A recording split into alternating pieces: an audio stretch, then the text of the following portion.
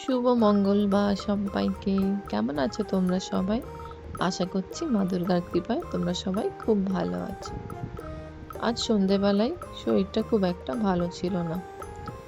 ভাবলাম আজ সেরকম কিচ্ছু রান্না করব না। বরমশাই সেটা বুঝে বলল, ঠিক আছে, আজকে আর কিচ্ছু করতে হয় না, আমি বাইরে থেকে কিছু অর্ডার করে দিচ্ছি। ছেলে তখন বলে উঠল, আমি জানি তুমি তড়কা নিয়ে আসবে বাইরে থেকে। আমার বাইরের তড়কা একদম পছন্দ নয়।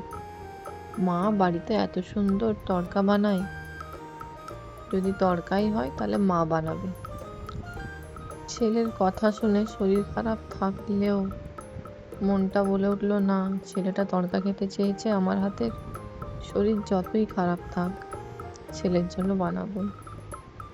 তাই আজ রাতের বেলা বানাচ্ছি তড়কা। আচ্ছা, তোমরা কে কোথা থেকে আমার ভিডিও দেখো কমেন্টে জানিও তো, তাহলে তার নাম নিয়ে আমি তাকে থ্যাংক ইউ জানাবো। তড়কা বানাতে বেশি সময় লাগে না, খুব কম সময়ের মধ্যে হয়ে যায়, এবং আমার মতো করে যদি বানাও প্রচণ্ড টেস্টি হয় খেতে। যেন মনে হবে বাড়িতে প্রতিদিন তড়কা বানাই, আর কিচ্ছু লাগবে না।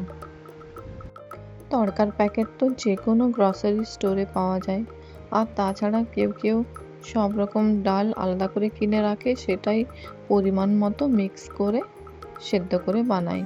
আমি অবশ্য প্যাকেট কিনে রাখি, যখন ছেলে খেতে চায় বা আমাদের খেতে ইচ্ছে করে প্যাকেটটা জাস্ট কেটে ঢেলে ওটা বেশ ভালো করে ধুয়ে নিতে হবে।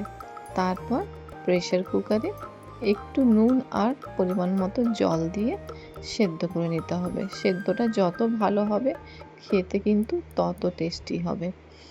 তারপর সব কিছু জিনিস কুচনো করতে হবে, পেশা চলবে না। যেরকম পেঁয়াজ, রসুন, লঙ্কা, আদা, টমেটো, এগুলো সব কুচি কুচি করতে হবে, একদম ছোট ছোট সাইজে। তারপর তেলের মধ্যে কেউ কেউ ফোড়ন দেয়, জিরে ফোড়ন। আমি প্রথমেই সর্ষের তেল দিয়েই করি। সর্ষের তেলটা গরম হলে তার মধ্যে এক এক করে পেঁয়াজ কুচি, রসুন কুচি, আদা কুচি, প্রথমে রসুন আর আদাটা দিয়ে দিই। রসুন আর আদাটা একটু নরম হয়ে আসলে তার মধ্যে পেঁয়াজ কুচিটা দিই।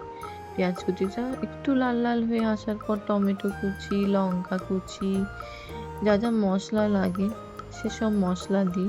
হলুদ, নুন এবং আর যা যা মশলা লাগে, তার সাথে একটু টমেটো কেচাপ অ্যাড করি, আর গোলমরিচ, আর আমার বানানো বাড়ির একটা মশলা আছে, সেই মশলাটা অ্যাড করি, আর তারপর সেদ্ধ করা তড়কাটা দিয়ে দিই।